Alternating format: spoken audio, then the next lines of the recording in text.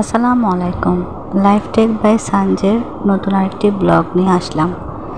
দেখতে দেখতে শীত প্রায় চলেই এলো, আর এর মধ্যে আমি নিয়েছি তালের পিঠা বানাবো।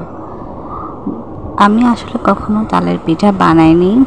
আমার লাইফের এই ফার্স্ট হচ্ছে পিঠা বানানো, তালের রস নেওয়া, সব কিছুই আজকে আমি আপনাদের দেখাবো। তো জানি না কেমন হতে চলেছে আমার পিঠাগুলো।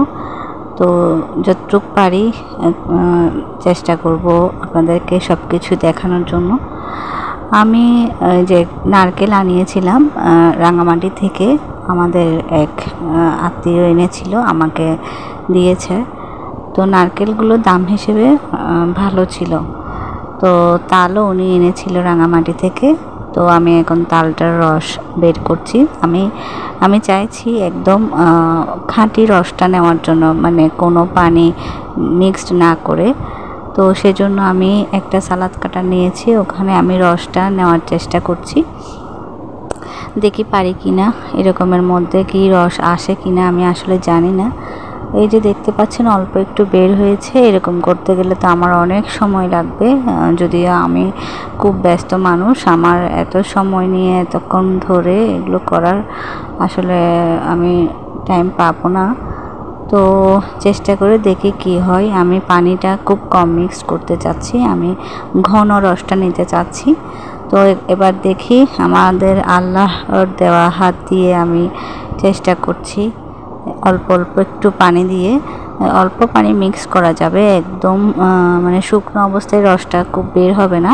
একটু পানি দিলে একটু পিচ্ছিল টাইপের হয়, সেই হিসেবে আমি যখন ম্যাশ করব তখন রসটা বের হবে ধীরে ধীরে।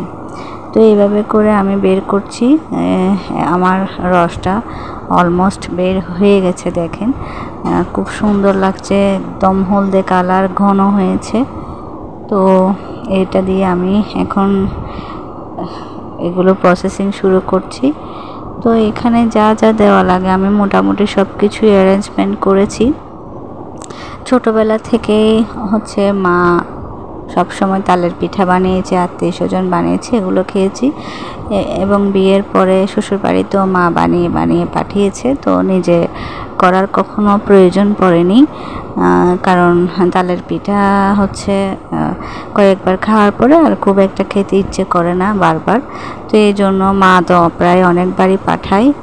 তো এবারও পাঠিয়েছে, তারপরেও আমি বলছি আর কত, একবার নিজে ট্রাই করে দেখি।